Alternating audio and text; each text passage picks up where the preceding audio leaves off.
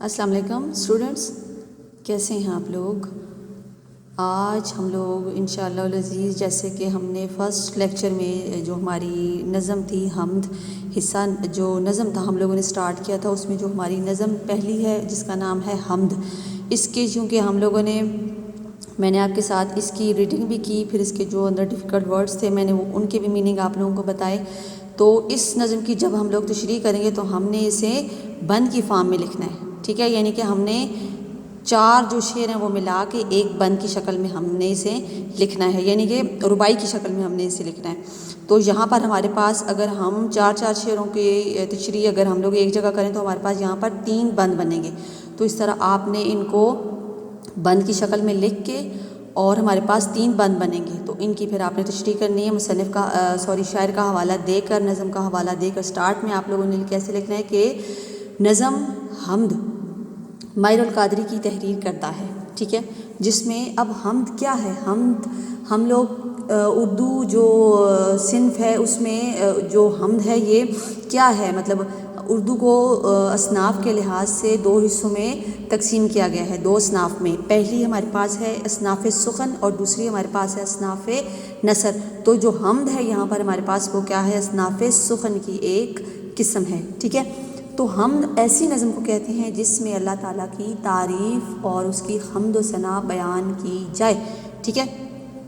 اب یہاں پر ہم لوگ دیکھتے ہیں کہ جیسے پہلا شعر ہمارے پاس یہاں پہ دیا گیا کہ فکر و دانش کی ہے معراج خدا کا اقرار، یہی وجدان کی آواز ہے فطرت کی پکار۔ یہ ایک شعر ہو گیا ہمارے پاس۔ اس سے اگلا دوسرا ہمارے پاس ہے ذرے ذرے کی شہادت کے خدا ہے موجود، پتے پتے کو احسانے کی صفت کا اقرار۔ اب یہ ہمارے پاس ایک پورا بند آ گیا۔ تو جب ہم لوگ اس کی تشریح کریں گے تو ہم لوگوں نے سٹارٹ میں حوالہ نظم و شاعر دے کر پھر اس کے اندر جتنے بھی ڈیفیکلٹ ورڈز میں نے آپ لوگوں کو بتائے تھے، جیسے فکر و دانش تھا، معراج تھا، فطرت تھی، پتے پتے سانے، یہ شہادت، ان سب کے آپ نے میننگ یہاں پہ حل لغت کی ترتیب میں ایک سائڈ پہ الفاظ لکھنے، دوسری سائڈ پہ آپ نے میننگ لکھنے۔ تو اس طرح آپ نے اوپر حوالہ نظم و شاعر، نیچے مشکل اس کے حل لغت، اور اس کے بعد پھر آپ نے اس کی جو نثری ترتیب، اب یہ ہمارے پاس شعری ترتیب میں لکھا ہوا ہے، یعنی کہ شعروں کی شکل میں لکھا ہوا ہے، لیکن جب ہم اس کی نثر بنائیں گے تو آپ نے نثر میں سے 2 یا 3 لائنوں پہ 2 لائنوں پہ زیادہ سے زیادہ آپ لوگوں نے اسے پھیلانا نہیں، صرف 2 ہی لائنوں پہ اسے مینشن کرنا ہے آپ نے۔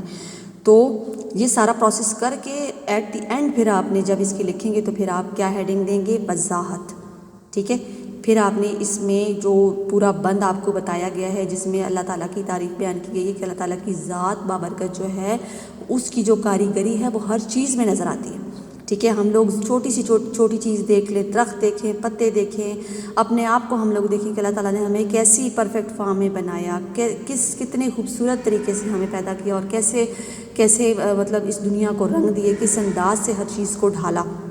تو اس طرح آپ نے جو تشریح ہوگی ان دونوں شعروں کو ملا کر ایک بند کی شکل میں آپ نے اسے لکھنا ہوگا۔ اس طرح ہمارے پاس آگے دوسرا بند سٹارٹ ہو جاتا ہے اسی خلاق نے جوہر کو توانائی دی، پھول پتوں کو عطا جس نے کی نقش و نگار۔